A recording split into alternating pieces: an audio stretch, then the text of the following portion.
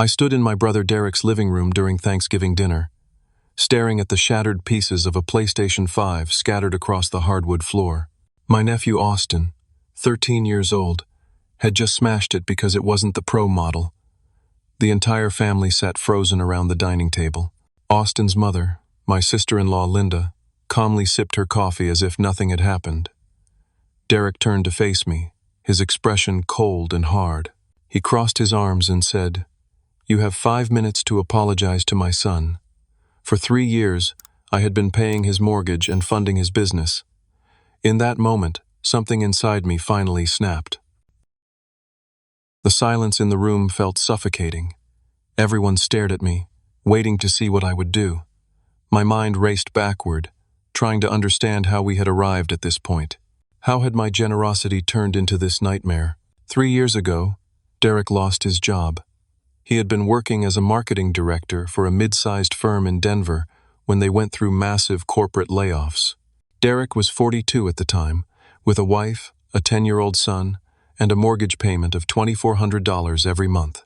When he called me that night, his voice shaking, I didn't hesitate.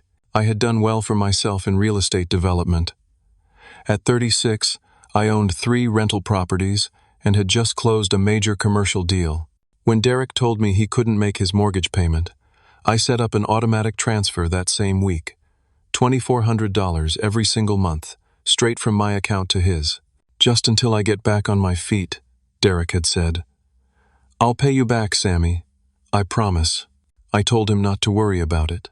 Family takes care of family. That's what our parents had always taught us. 6 months later, Derek came to me with a business idea. He wanted to start a consulting firm, helping small businesses with their marketing strategies. It was solid, but he had no capital. He needed money for office space, software, initial operating costs. He asked for $60,000. I wrote the check and took 40% equity in the company. Not because I wanted to profit off my brother, but because I wanted him to have accountability, a real partnership, something that would motivate him to succeed. "I won't let you down," Derek promised, shaking my hand in his kitchen while Linda smiled in the background. The business grew. Within a year, Derek was bringing in decent income, not enough to be wealthy, but enough to live comfortably. Enough, I thought, to start paying back some of what I had invested. But Derek never mentioned repayment. Every time I saw him at family dinners, he talked about new clients, expansion plans, and future growth. Never about settling debts. I never pushed. I told myself he was still building, still establishing himself. The mortgage payments continued, automatic and unquestioned. $86,400 over 36 months. I had tracked every payment, though I never mentioned it.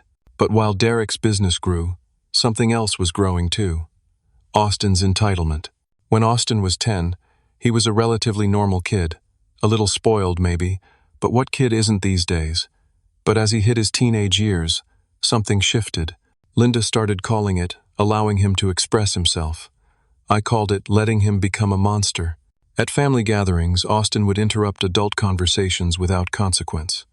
He would demand specific meals, refuse to help clean up, and throw fits if he didn't get his way.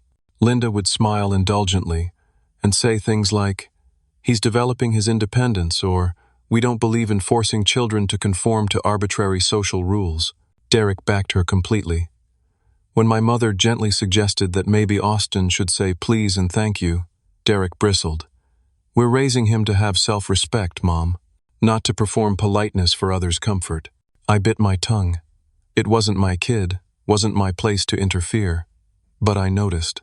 I noticed how Austin never helped carry dishes to the kitchen. I noticed how he would sit at the table on his phone while everyone else cleaned up after meals. I noticed how he spoke to his grandmother with casual disrespect, and no one corrected him. 2 months ago, I bought Austin a PlayStation 5 for his 13th birthday. The console alone cost $500. I wrapped it carefully, wrote a heartfelt card about how proud I was watching him grow up, and presented it to him at his birthday party.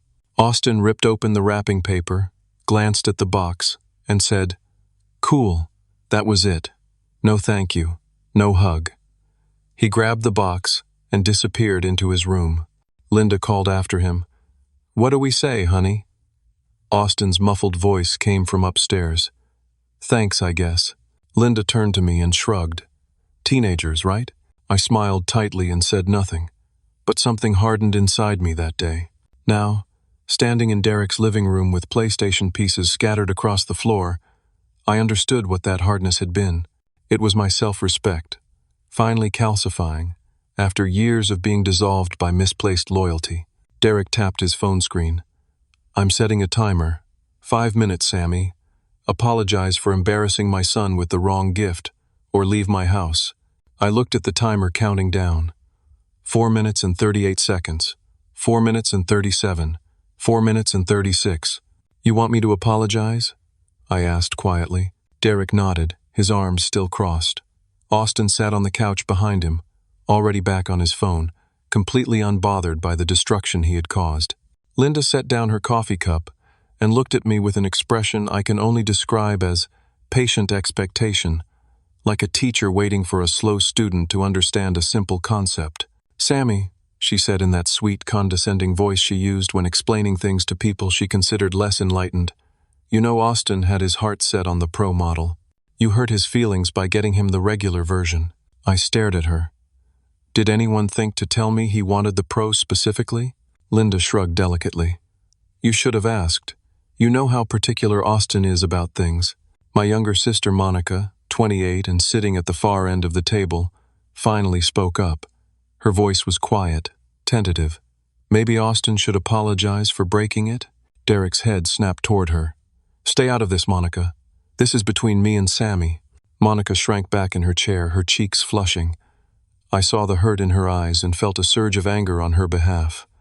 But what struck me even harder was the silence from the two people at the head of the table. My parents sat there, my mother staring at her plate, my father studying his hands. Neither of them said a word. Neither of them defended me. Neither of them suggested that maybe, just maybe, a 13-year-old boy smashing a $500 gift was the real problem here. They were afraid. Afraid to contradict Derek and Linda. Afraid to rock the boat. Afraid of conflict.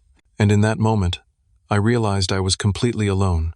When was the last time Austin thanked me for anything?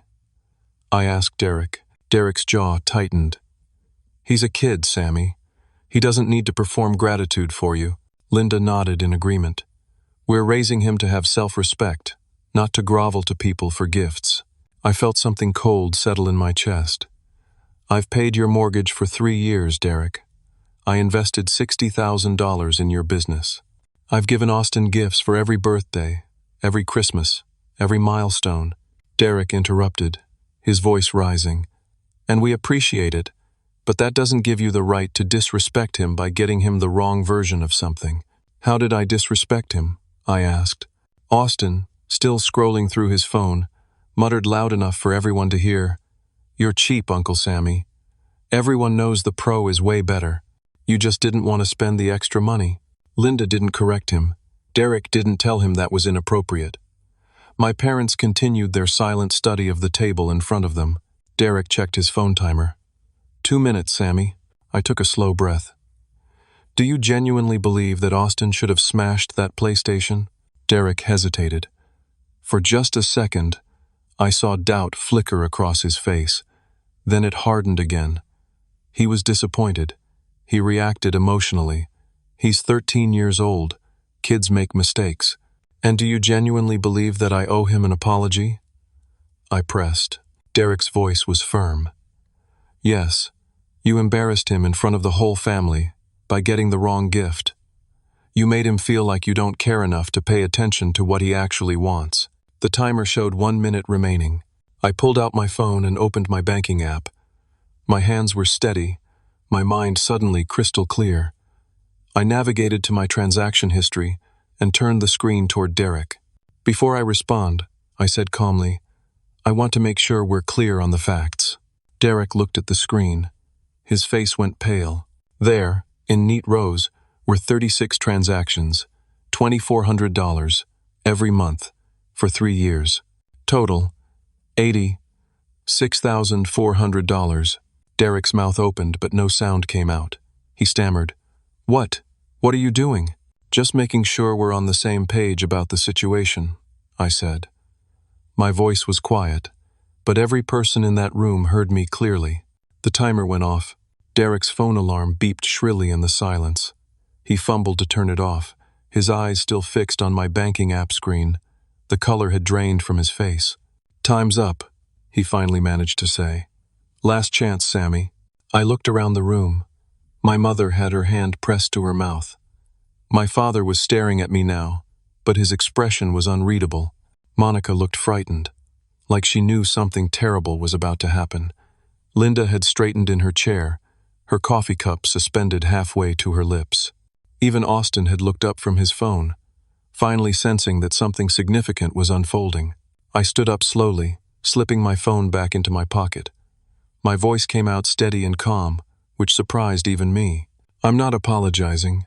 The room exploded. Derek's face flushed crimson. "Then you need to leave my house. Right now." "Your house?" I repeated. "Let's talk about that, Derek." I pulled my phone back out and opened my files. "The mortgage on this house is in your name, but I've been making every single payment through automatic bank transfer. 36 months. Never missed one. Never late." Derek found his voice again. "You offered to help. I didn't force you to do anything." "You're absolutely right," I agreed. "I offered to help, and now I'm unoffering." I tapped my screen several times, navigating through menus. Derek watched, his expression shifting from anger to confusion to dawning horror. "What are you doing?" he asked. "Canceling the recurring payment," I said simply. I hit the final confirmation button. "There. Done. Good luck making next month's payment on your own." Derek's eyes went wide. "You can't do that." "I just did," I replied.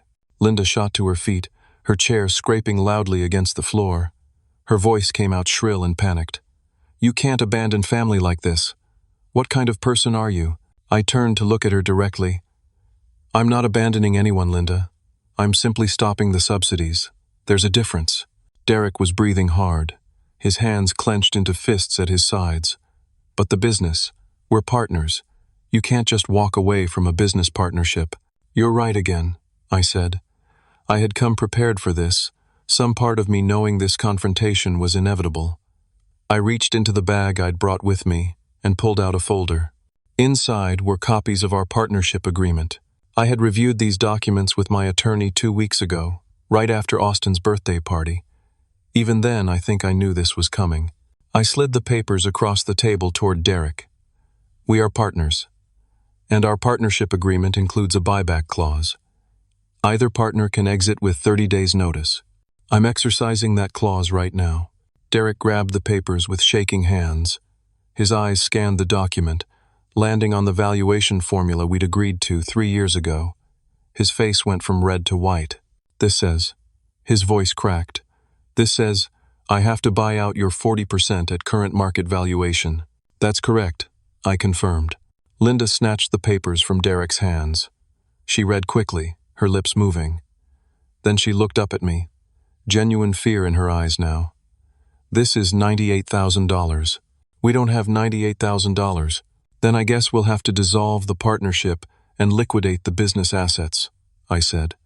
My tone was matter-of-fact, like we were discussing the weather. Derek's voice rose to a shout. "You're destroying us over a stupid PlayStation?" The words hung in the air. Even Austin flinched. I met Derek's eyes. "No, Derek. I'm stopping my financial support because you demanded that I apologize to a child who destroyed a $500 gift and feels absolutely no remorse.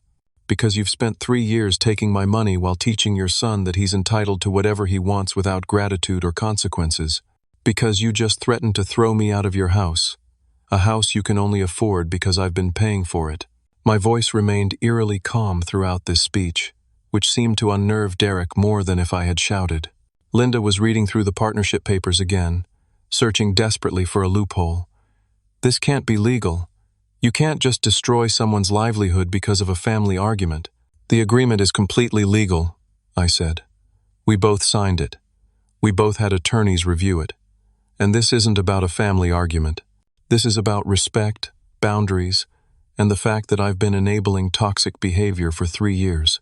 Austin finally spoke up from the couch, his voice smaller than usual. "Dad?" Derek ignored him, his attention fixed on me. He was clearly trying to think, trying to find an angle. "Sammy, come on. Let's talk about this like adults. Don't be rash." "I have been anything but rash," I replied. "I've been patient for 3 years. I've watched you take and take while never once saying thank you. I've watched you raise your son to believe the world owes him everything. I've watched my generosity get twisted into obligation, and I've stayed quiet because I thought that's what family did. But I was wrong." Monica made a small sound, almost like a sob. When I glanced at her, she was crying silently, tears running down her cheeks, but she was also nodding. My mother finally found her voice. "Sammy, honey." She reached across the table toward me. "Maybe you're overreacting. It's just money. Family is more important than money." I felt like someone had driven a knife into my chest. My own mother, taking Derek's side. Reducing 3 years of financial support, $86,000 in mortgage payments, $60,000 in business investment, to just money. 3 years ago, Derek lost his job. He had been working as a marketing director for a mid-sized firm in Denver when they went through massive corporate layoffs. Derek was 42 at the time, with a wife, a 10-year-old son, and a mortgage payment of $2,400 every month. When he called me that night, his voice shaking, I didn't hesitate. I looked at both of them, really looked at them, and I saw what I'd been blind to for years. They were afraid of Derek and Linda, afraid of conflict, afraid of losing access to their grandson. So they enabled the behavior, sacrificed me to keep the peace, and told themselves it was about family unity. "Just money," I repeated softly. "Right." I picked up my bag and walked toward the door. Behind me, I heard Derek's voice, still trying to maintain control. "Where are you going? We're not done talking about this."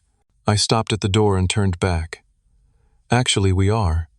You'll receive formal notice of partnership dissolution from my attorney within 48 hours. You have 30 days to either buy me out or agree to liquidation. If you do neither, I'll force a sale of all business assets." "You can't do this," Linda shrieked. "Watch me," I said, and I walked out. I sat in my car in Derek's driveway for a full minute before starting the engine. My hands gripped the steering wheel so hard my knuckles turned white. I expected to feel anger, or sadness, or regret.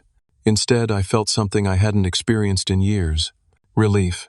I drove home in silence, not even turning on the radio. The 20-minute drive gave me time to think, to process what had just happened. By the time I pulled into my garage, my phone was already buzzing with notifications. Derek had sent 6 text messages in rapid succession. "You're making a huge mistake. Come back here and we can talk this through like adults. You're going to regret this. I can't believe you're doing this to your own family.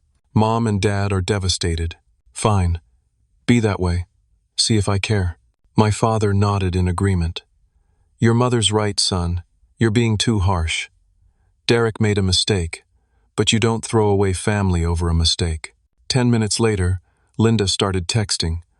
Long paragraphs about how I was ruining Austin's childhood, traumatizing him, teaching him that family couldn't be trusted. She said I was being cruel and vindictive.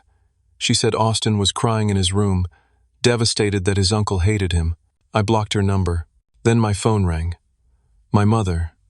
I stared at the screen until it went to voicemail. She left a message asking me to reconsider, saying that Derek was under a lot of stress, that I was the older brother and should be more understanding, that family was supposed to forgive. I deleted the message without listening to all of it. The only text that mattered came from Monica. "I'm proud of you." Someone needed to say it. I texted back, "Thank you." She responded immediately. "He's been doing this to all of us for years. You just had the courage to stop it." That night, I barely slept. Not because I felt guilty, but because I kept replaying the scene, wondering if I could have handled it differently. But every time I reached the moment where Derek demanded I apologize to Austin, I knew I had made the right choice. The harassment continued throughout the following week. Derek called repeatedly, his messages alternating between anger and manipulation. One minute he was threatening to take legal action. The next, he was trying the friendly brother routine. Come on, bro. We've been through too much together. Family is forever. We can work this out. I responded only once, with a brief email. All future communication should go through my attorney. Here's his contact information. I had already consulted with Richard Torres, the lawyer who had helped me set up my real estate business. Richard reviewed the partnership agreement and confirmed what I already knew. My position was rock solid. Derek had 30 days to buy out my 40% at current market valuation, or we would dissolve the partnership and liquidate all business assets. What's the current valuation? Richard asked. We went through Derek's business finances. The company was worth approximately $245,000 based on revenue, client contracts, and physical assets. 40% of that was $98,000. Can he pay that?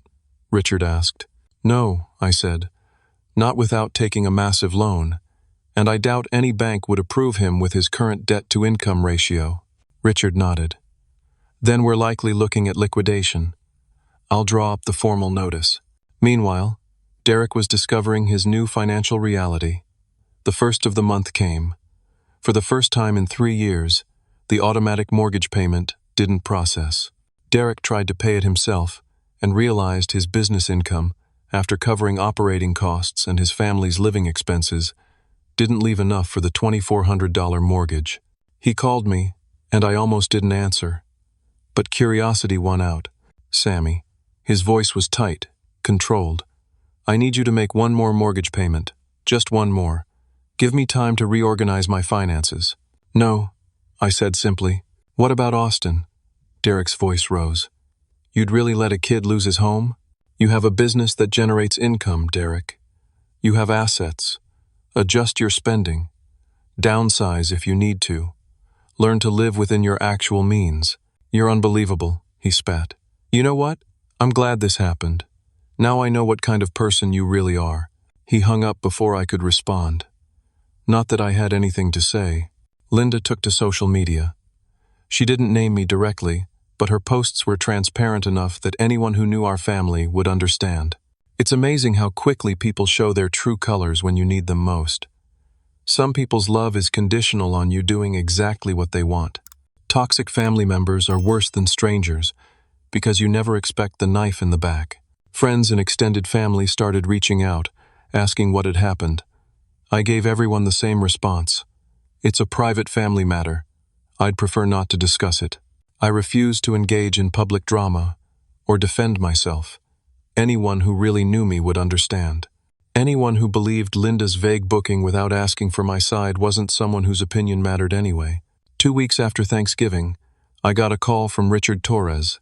His voice was grim. We have a problem. My stomach dropped. What kind of problem? Derek has been contacting some of your business associates and clients. He's telling them that you're mentally unstable and trying to sabotage his company. 2 of his clients have pulled their contracts, and he's implying that it's because you're interfering with his business operations. I sat down heavily. Is he seriously trying to damage my reputation? It appears so, Richard confirmed.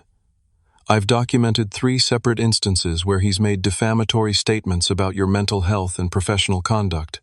We have witnesses willing to provide statements. What are my options? I asked. We send him a cease and desist immediately. If he continues, we file a defamation lawsuit. We have a strong case based on what I've already gathered. Do it, I said. Send the letter today.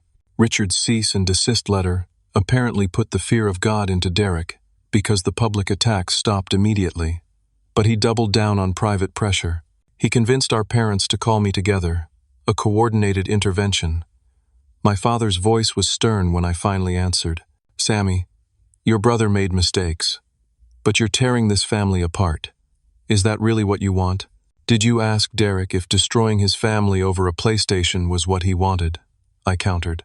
Silence. Did anyone ever ask Derek to apologize to me? I pressed. Did anyone ever consider that maybe I was hurt? That maybe I deserved respect for 3 years of financial support? More silence. Then my father said something that broke my heart. You're the successful one, Sammy. You're strong. You can handle it. Derek needs help. He's struggling. And I helped him for 3 years, I said quietly. But helping someone doesn't mean letting them abuse you. It doesn't mean sacrificing yourself so they never have to face consequences. You're being selfish, my father said. I closed my eyes. If expecting basic respect and gratitude is selfish, then I guess I am. I'm done being the family ATM, Dad. I'm done being taken for granted. I hung up. The 30-day deadline approached. Derek still hadn't produced the buyout money. Richard filed a motion for forced liquidation of partnership assets, which included the client list, ongoing contracts, business bank accounts, and physical property. Derek panicked. He called Richard directly, trying to negotiate. I can give Sammy $20,000 right now. We call it even and move on. Richard relayed the message to me. I laughed bitterly. Tell him $98,000 or we proceed with liquidation. Derek tried one more desperate move. On a Saturday afternoon, 3 weeks after Thanksgiving, my doorbell rang. I looked through the security camera and saw Derek standing on my porch, with Austin. I opened the door but didn't invite them in. Derek looked haggard. He'd lost weight, and there were dark circles under his eyes. Austin stood slightly behind him, looking uncomfortable and avoiding my gaze. Can we talk? Derek asked. You can say what you need to say from there, I replied. Derek took a breath. Then he put his hand on Austin's shoulder and pushed him forward slightly. Austin has something to say to you. The kid looked miserable. He'd clearly been coached. He mumbled, Uncle Sammy, I'm sorry I broke the PlayStation. Can we go back to normal? The apology was hollow, scripted, empty of genuine remorse. Derek added quickly, See? He apologized. He understands what he did wrong. Now we can move past this and get back to being a family. You can stop this liquidation thing and we can all move forward. I looked at Austin, and I felt something unexpected. Not sympathy, not the urge to cave and make everything okay. I felt disgust. Derek was using his son as a bargaining chip. He had dragged this 13-year-old boy to my house to manipulate me emotionally, to exploit whatever uncle-nephew bond might remain. Austin was a prop in Derek's desperate attempt to avoid consequences. No, I said simply. Derek's face reddened. What do you mean, no? He apologized. He said words you told him to say, I replied. That's not an apology. That's a performance. And I'm not interested in performances anymore. After everything I've done for you, Derek exploded. After all the times I was there for you growing up? After I protected you when we were kids? This is how you repay me? I stared at him. What exactly have you done for me, Derek? He opened his mouth, closed it, opened it again. No words came out. Tell me, I pressed. In the last 3 years, what have you done for me besides take my money? He couldn't answer. His face cycled through emotions, anger, frustration, desperation. Finally, he shouted, I'm your brother. That should be enough. I stepped back and closed my door in his face. Through the window, I watched them walk back to Derek's car. Austin looked back once, and our eyes met. Then they were gone. The business liquidation moved forward. Richard hired an independent valuator to assess Derek's company, and the process was clinical and thorough. Assets were cataloged, client contracts were reviewed, revenue streams were analyzed.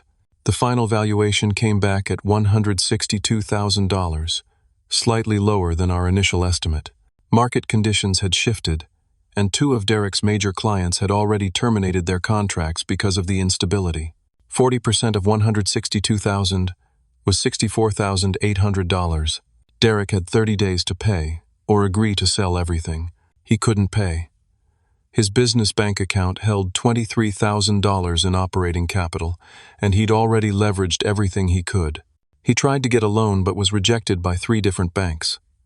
His debt-to-income ratio was too high, especially with the mortgage hanging over his head. Richard sent the final liquidation notice. Derek had 1 week to remove his personal items from the office space. After that, everything else would be sold to satisfy the partnership dissolution. The 30-day deadline approached. Derek still hadn't produced the buyout money. Richard filed a motion for forced liquidation of partnership assets, which included the client list, ongoing contracts, business bank accounts, and physical property. The business assets sold at auction. The client list went to a competitor for $18,000. The office equipment brought in another $9,000. Ongoing contracts were transferred for $27,000.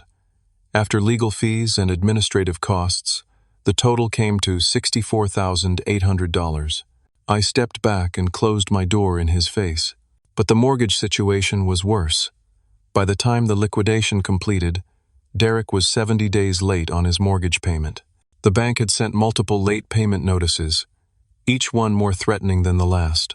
Derek tried to refinance, hoping to lower his monthly payment to something manageable, but no bank would touch him. He was self-employed with unstable income, high debt, and now a history of late payments. The foreclosure notice arrived on a Tuesday afternoon. Monica called to tell me. She was crying. "They're losing the house," she said. "Derek just told Mom and Dad. They have 90 days to either catch up on payments or vacate." I felt a complex mix of emotions. Satisfaction that consequences were finally materializing. Guilt that it had come to this. Sadness for the family we used to be. "How's Derek handling it?" I asked. "He's destroyed," Monica said. "Linda's hysterical. They're fighting constantly, blaming each other, blaming you. Mom tried to lend them money, but Dad stopped her. He said they needed to learn to stand on their own." That surprised me. "Dad said that?" "I think he finally sees it," Monica said quietly. What Derek became. What they enabled. Derek and Linda listed the house for sale. In their neighborhood, homes were selling quickly, and they needed a fast sale to avoid foreclosure on their credit record. They priced it aggressively and had an offer within 2 weeks. After paying off the mortgage, they cleared $37,000. It wasn't nothing, but it wasn't enough to buy another house. They moved into a rental property on the south side of town, a 3-bedroom apartment, about half the size of their house. Rent was $1,600 a month, which was manageable, but the downgrade was stark. Austin had to change schools, leave his friends, adjust to a new neighborhood. For the first time in his life, he was facing real consequences. I heard about all of this through Monica. I didn't reach out to Derek, and he didn't contact me. We existed in a strange, painful silence. Then, about 6 weeks after they'd moved, something unexpected happened. I was at the grocery store on a Saturday morning, picking up coffee and eggs, when I turned the corner of an aisle and nearly ran into Austin. He was alone, pushing a cart with basic groceries. He looked different. Thinner, maybe, more subdued. He saw me and froze. I received a check. Derek's consulting business was effectively dead. "Uncle Sammy." "Austin," I replied neutrally. He glanced around, checking that we were alone. Then he looked at me with an expression I'd never seen on his face before. Shame. "I'm really sorry," he said. "Not because my dad made me say it, because I was a total jerk." I studied him carefully. This didn't feel rehearsed. His voice shook slightly, and he couldn't quite meet my eyes. "What changed?" I asked. Austin's jaw trembled. "Everything. We lost the house. I had to leave my school. My parents fight about money every single night. My dad barely talks anymore. My mom cries when she thinks I can't hear." He finally looked up at me, and his eyes were red-rimmed. I didn't understand that money was real. I thought it just appeared whenever people needed it. I didn't know my dad was only able to give me stuff because you were paying for everything. A tear ran down his cheek, and he wiped it away angrily. "My dad told me you were the bad guy, that you abandoned us when we needed you. But I'm not stupid. I know what I did. I destroyed something you spent $500 on because it wasn't exactly what I wanted, and I didn't even say thank you for the original gift." He took a shaky breath. Derek fought it at first, trying to file injunctions and procedural delays. But our original partnership agreement was airtight. He'd signed it willingly, with legal representation. There was no escape clause. I felt something crack in the armor I'd built around my heart. This kid, standing in a grocery store, finally understanding the weight of his actions. "You're 13, Austin," I said quietly. "You're still learning. What matters is what you do next." He nodded, wiping his face again. "I'm trying to be better. I got a job doing yard work for neighbors, $10 an hour. I'm saving up to pay you back for the PlayStation." You don't have to do that, I said. Yeah, I do, he insisted. It's going to take me a long time, but I need to. For me, not just for you. We stood there in the cereal aisle, this broken bridge between us still standing somehow. I should go, Austin said. My mom's waiting in the car. But I'm glad I ran into you. I've been wanting to say this for weeks. Take care of yourself, Austin, I said. He nodded and walked away, pushing his cart toward the checkout. I stood there for several minutes after he left, feeling something I hadn't felt in weeks. Hope, not for reconciliation necessarily, but for growth, for change, for the possibility that pain could teach rather than just destroy. My phone rang. Monica, you need to know something, she said without preamble. Mom had a health scare. She's okay, but she went to the ER last night with chest pains. My stomach dropped. What happened? Stress-induced cardiac symptoms. Not a heart attack, but the doctor said it was a warning. All this family drama is literally making her sick. I closed my eyes. How is she now? Resting at home. But Sammy, she's asking for a family meeting. She wants everyone together. She says we need to talk, really talk, before this destroys us all. I was quiet for a long moment. Stress-induced cardiac symptoms. Not a heart attack, but the doctor said it was a warning. All this family drama is literally making her sick. He already agreed. So did Dad and Linda. They're scared, Sammy. Mom's health scare shook everyone up.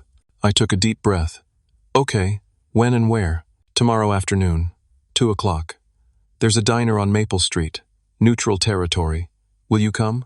I thought about Austin in the grocery store, about my mother in the hospital, about 3 years of giving and taking and never really communicating. Yeah, I said. I'll be there. I arrived at the diner 15 minutes early. It was a small place, family-owned, with red vinyl booths and black and white checkered floors. I chose a large booth in the back corner and ordered coffee I didn't drink. Monica arrived next, sliding into the booth beside me. She squeezed my hand under the table. Thank you for coming, she whispered. How's Mom really doing? I asked. Scared, Monica admitted. The doctor told her she needs to reduce stress or she's at risk for a real cardiac event. Dad's been a mess. I think it finally hit him that this family might actually break apart permanently. My parents arrived together, my father's hand protectively on my mother's elbow. She looked frailer than I remembered, older somehow. When she saw me, tears filled her eyes. Sammy, she breathed. I stood and hugged her carefully. She felt small in my arms. I'm glad you're okay, Mom, I said sincerely. I'm sorry, she whispered into my shoulder. I'm so sorry. We sat down, my parents across from Monica and me. The waitress came by and everyone ordered coffee. We made awkward small talk about the weather, the diner's renovations, anything but the elephant in the room. Then Derek and Linda arrived. Derek looked worse than when he'd shown up at my house with Austin. His clothes hung looser, and his hair was graying at the temples. Linda wore no makeup, which I'd never seen before. Her usual polished appearance was gone, replaced by exhaustion. They slid into the booth next to my parents. For a long moment, nobody spoke. The silence was heavy, loaded with months of pain. Finally, Derek cleared his throat. When he spoke, his voice was hoarse. I need to say something first. We all looked at him. Derek's hands were shaking slightly as he placed them flat on the table. I took you for granted, Sammy. For 3 years, I expected you to always be there, to always bail me out, to always make things easier. And I never once said thank you. Not really. His voice cracked. I told myself I deserved your help because we're brothers, because family is supposed to take care of each other. But it was a one-way street, and I never saw it until everything collapsed. Linda spoke next, her voice thick with emotion. We raised Austin wrong. We thought we were giving him confidence and independence, but we were really just teaching him that he didn't have to respect anyone or be grateful for anything. She wiped her eyes. Watching him struggle now, seeing him work his first job and understand what money actually means, I realized we did him a terrible disservice. We were so afraid of crushing his spirit that we never taught him basic human decency. My mother reached across the table toward me, her hand trembling. Sammy, honey, I was a coward. I was so afraid of conflict, so afraid of losing my relationship with Derek and Austin, that I stayed silent when I should have spoken up. I chose the appearance of peace over actually protecting you. My father's voice was gruff with emotion. I assumed you were strong enough to handle it. You always seemed so capable, so successful. I didn't realize that everyone needs defending sometimes, even the strong ones, especially the strong ones. He met my eyes. I told myself it wasn't my place to interfere, that you boys were adults who could work it out yourselves, but that was wrong. A father should stand up for all his children, not pick sides based on who seems to need it more. Monica was crying silently beside me, her shoulders shaking. 3 years ago, Derek lost his job. He had been working as a marketing director for a mid-sized firm in Denver when they went through massive corporate layoffs. Derek was 42 at the time, with a wife, a 10-year-old son, and a mortgage payment of $2,400 every month. When he called me that night, his voice shaking, I didn't hesitate.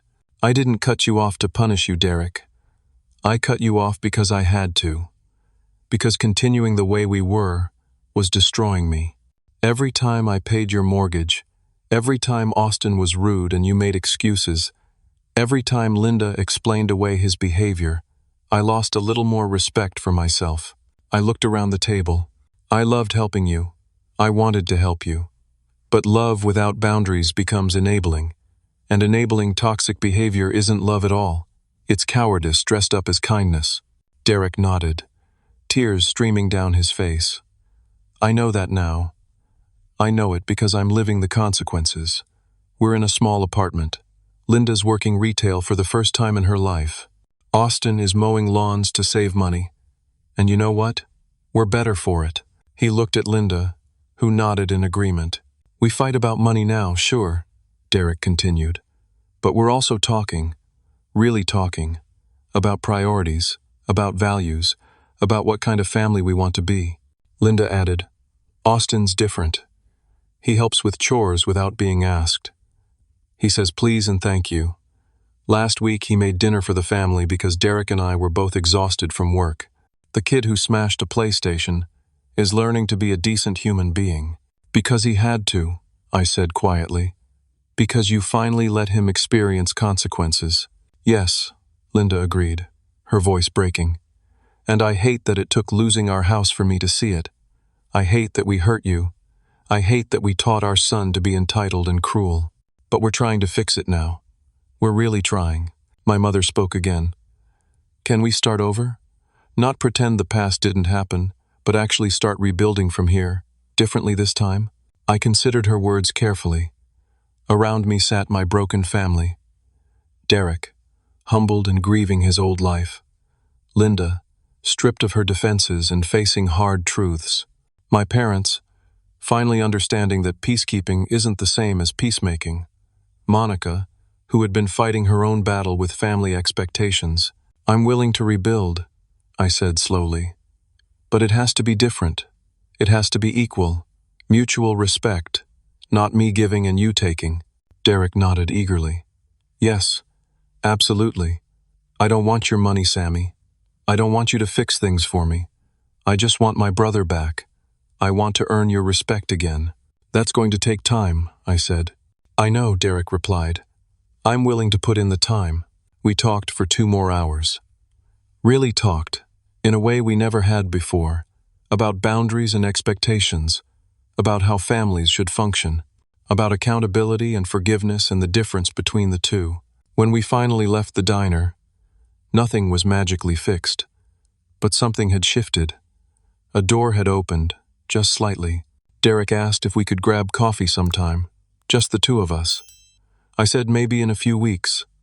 He accepted that without argument. Linda apologized directly to me for the first time, without qualifications or explanations. Just, I'm sorry for how I treated you. My parents hugged me tightly, and my father whispered, I'm proud of how you stood up for yourself, son, even if it took me too long to say it. Monica walked me to my car. Are you okay? She asked. I think so, I said. Are you? She smiled, a real smile for the first time in months. Yeah, I think I am. The weeks following the diner meeting were strange and tentative. Derek and I started texting occasionally. Nothing deep, just small exchanges. He'd send me a picture of a sunset. I'd respond with a thumbs up. Baby steps. Linda sent me a handwritten letter apologizing for her social media posts and her behavior. She included photos of Austin at his yard work job, mowing an elderly neighbor's lawn. The kid looked sunburned and tired, but genuinely happy. My parents invited me to Sunday dinner. Just them and Monica, no pressure. We ate my mother's pot roast and talked about safe topics. But it felt warmer than it had in years. Monica and I grew closer during this time. She confessed that she'd been planning her own exit from family obligations before everything exploded. Derek wasn't the only one taking advantage, she told me over coffee one afternoon. Mom and Dad always expected me to babysit Austin for free, to help Linda with errands, to drop everything whenever the family needed something. It was always, Monica can do it, she has time. Like my life didn't matter. Have you talked to them about it? I asked. I did, actually, she said with a small smile. After your whole showdown, I realized I needed to set boundaries too.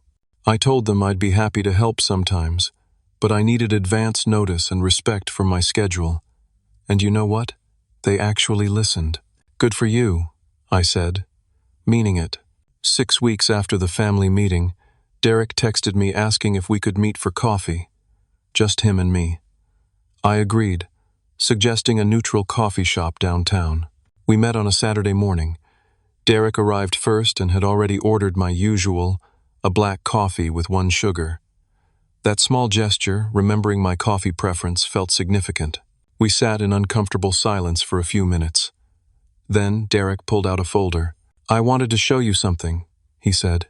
Inside was a payment plan. Derek had restructured his entire financial life. He'd taken on freelance marketing work, side projects that brought in extra income. Linda had gotten promoted to shift supervisor at Target. They'd created a strict budget, and at the bottom of the spreadsheet was a line item, repayment to Sammy. I can't pay you back all at once, Derek said, but I can pay you $500 a month. It'll take years, but I'm going to do it. The mortgage payments, the business investment, all of it. I stared at the numbers. Derek, I don't need the money. I know, he said, but I need to pay it back. For me. So I can look at myself in the mirror and know I'm not that person anymore. The person who takes and never gives back. I felt something shift in my chest. This wasn't manipulation. This was genuine accountability. Okay, I said quietly. If it's important to you, I'll accept it. Derek's eyes filled with tears. Thank you. We talked for another hour. He told me about Austin's transformation, how the kid was saving every penny from his lawn work. Half was for paying me back for the PlayStation, half was going into a savings account for college. He asks about you sometimes, Derek said. He wants to see you, but he's afraid you hate him. I don't hate him, I said. I never did. Could you maybe, I don't know, text him? Just so he knows you're not completely done with him? I thought about the kid in the grocery store, tears on his face, talking about learning what things cost. Yeah, I said. I can do that. That evening, I texted Austin from the number I still had saved in my phone. Hey Austin, your dad told me about your lawn business. I'm proud of you for working hard and learning responsibility. You're going to be okay, kid. When we finally left the diner, nothing was magically fixed. But something had shifted. A door had opened, just slightly. Uncle Sammy, thank you. I'm really trying to be better. I saved $247 so far. $123.50 is for you, and $123.50 is for college. Can I see you sometime? I smiled at my phone. Maybe for ice cream next week? He responded within 2 minutes. Over the next few months, things slowly normalized into a new pattern. Derek and I met for coffee every other week. We talked about business, life, sports. We didn't always mention the past, but it was there, a foundation we were building on rather than ignoring. Linda and I had a long conversation where she explained her parenting philosophy and admitted where it had gone wrong. She'd been so focused on protecting Austin's self-esteem that she'd forgotten to build his character. Self-esteem without competence or kindness is just narcissism, she said sadly. I created a monster and called it parenting. Austin and I had our ice cream date. He showed me his savings notebook where he tracked every dollar he earned and every expense. The kid who'd smashed a PlayStation was learning financial literacy at 13. I'm going to pay you back the full $500, he told me seriously. And then I'm going to save enough to buy myself a PlayStation. Not the Pro, just the regular one. Because that's good enough. I'm proud of you, I told him. His face lit up like I'd given him the world. Then came the call that changed everything again. It was a Tuesday evening in March, almost 4 months after the Thanksgiving incident. Monica called me, her voice panicked.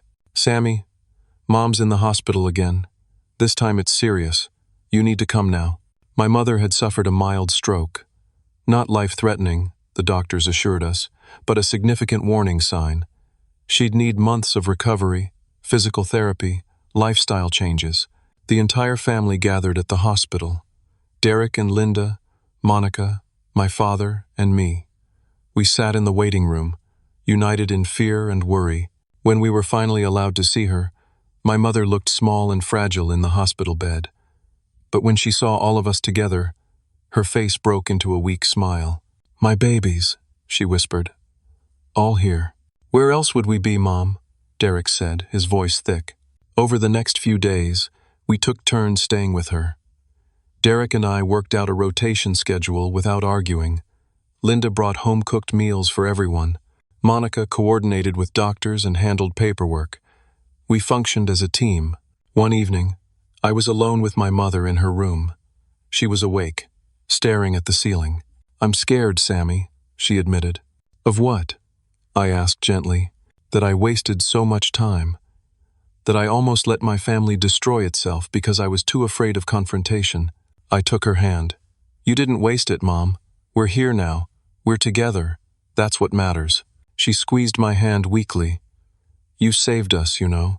When you walked out that day, you forced all of us to look at what we'd become. I didn't save anyone, I said. I just stopped enabling dysfunction.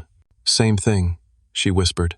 A week later, my mother was released from the hospital with strict orders to reduce stress, eat healthier, and attend regular physical therapy. My father was determined to follow every instruction to the letter. The family gathered at my parents' house for a welcome home dinner.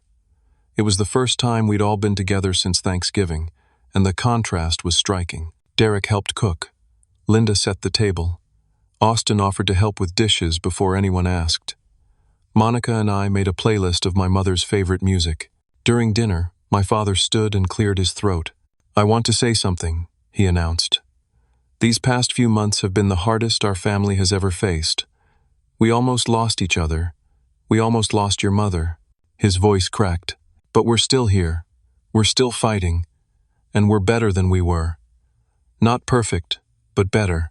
He raised his glass of water. To Sammy, for having the courage to say enough. To Derek, for having the humility to listen. To Linda, for being willing to change. To Monica, for being our rock. And to my bride of 43 years, for giving us the scare we needed to wake up. We all raised our glasses. To family, my father said. The real kind. Built on respect, not obligation. To family, we echoed. The months following my mother's stroke brought changes I never expected. Derek's business, rebuilt from the ground up without my investment, was smaller but healthier. He'd learned to be strategic, to value quality clients over quantity. He was making it work, entirely on his own. True to his word, the first $500 payment appeared in my account at the start of April, then another in May and June. Derek never missed a payment, and he never asked for extensions. When I tried to tell him he'd paid back enough, he refused to hear it. We agreed on a number, he said firmly. I'm going to reach it. Let me have this, Sammy. So I let him have it. Linda had discovered she actually enjoyed working. The structure, the purpose, the independence of earning her own money. She'd been promoted twice and was managing an entire department. She and Derek had honest conversations about money now, budgeting together, planning together. Austin was thriving in ways that surprised everyone. His yard work business had expanded to 8 regular clients. He'd saved over $1,000, and in May, he did something that made me cry. He showed up at my house on a Saturday morning with a box wrapped in plain brown paper. "I wanted to give you this in person," he said. Inside was a PlayStation 5, the regular edition, not the Pro. "I saved up and bought this myself," Austin explained. "And I wanted to give it to you, as a replacement for the one I destroyed, and as a thank you for not giving up on me." I was speechless. "I don't need it, Uncle Sammy. I'm saving for college now.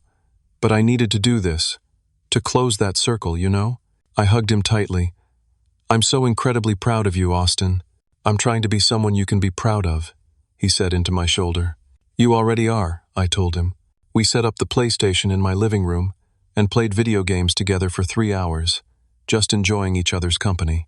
The kid who'd been a nightmare 8 months ago had become someone I genuinely enjoyed spending time with. My mother's recovery was slow but steady. Physical therapy helped her regain strength, and the lifestyle changes seemed to be working. More importantly, the family stress that had contributed to her health problems was gone. We'd established new patterns: Sunday dinners at my parents' house, rotating cooking responsibilities, monthly family meetings where we actually talked about issues instead of letting them fester, boundaries that everyone respected.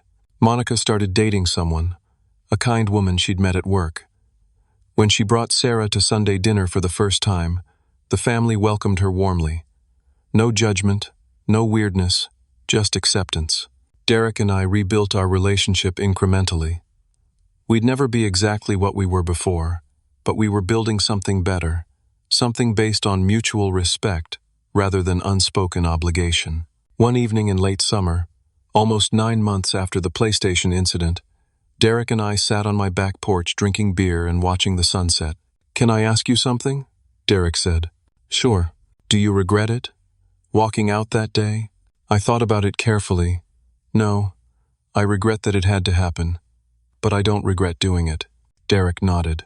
"I'm glad you did it. I really am. I hate what I put you through, but I love who it forced me to become." He took a sip of his beer.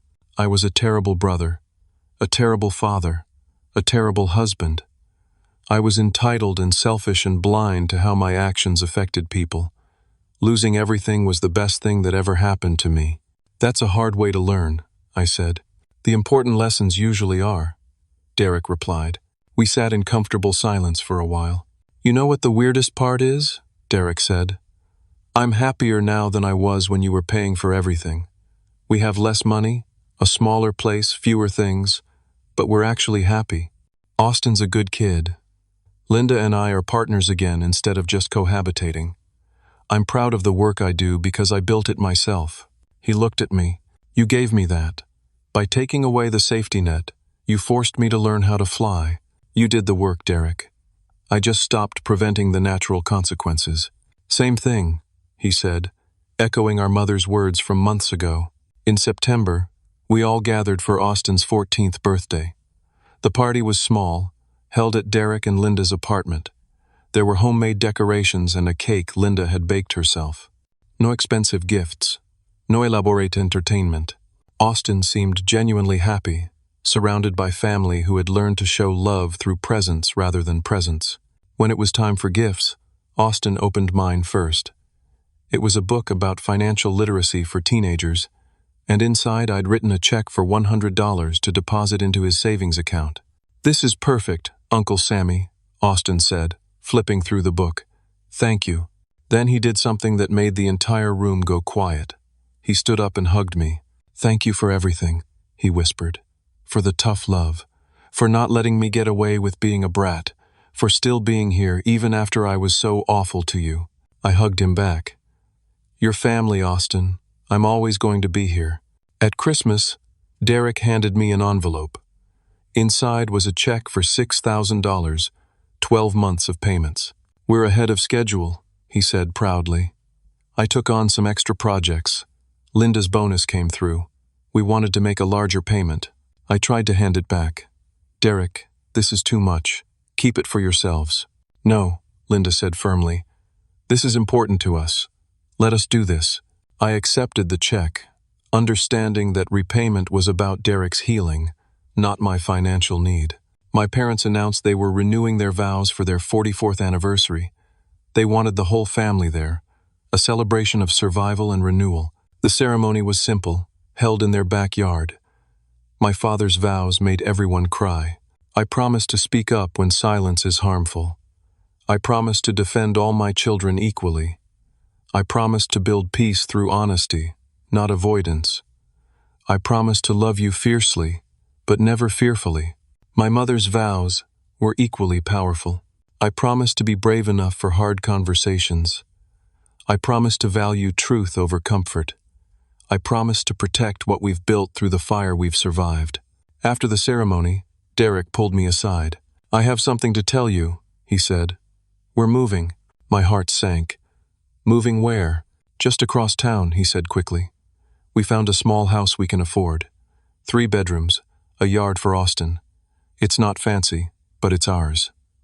We close next month." I felt pride swell in my chest. "Derek, that's amazing.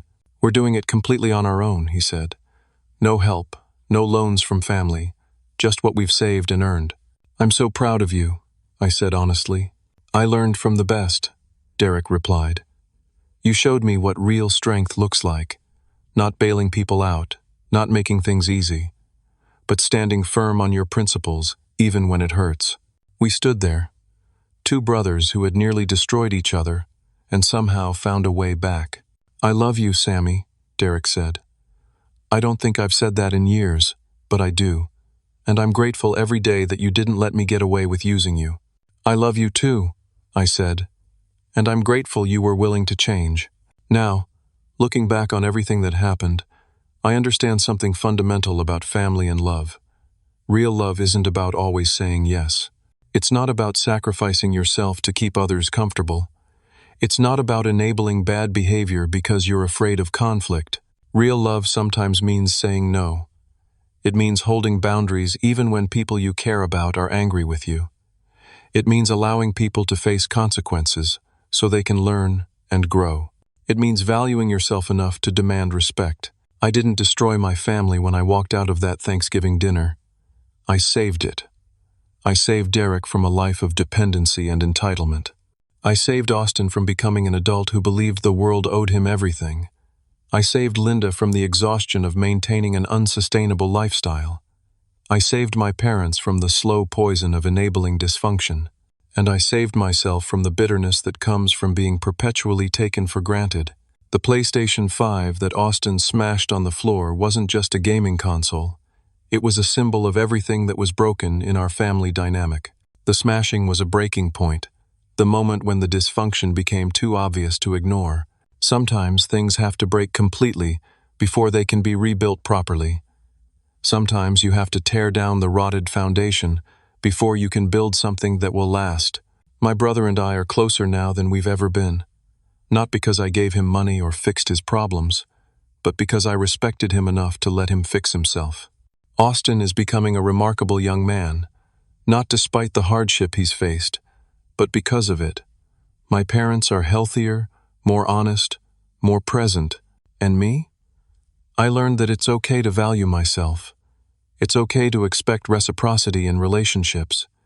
It's okay to walk away from people who treat you poorly, even if they're family, especially if they're family. Because family isn't about blood or obligation. It's about mutual respect, genuine care, and the willingness to grow together. It's about showing up for each other, not because you have to, but because you choose to. We chose each other again, after everything.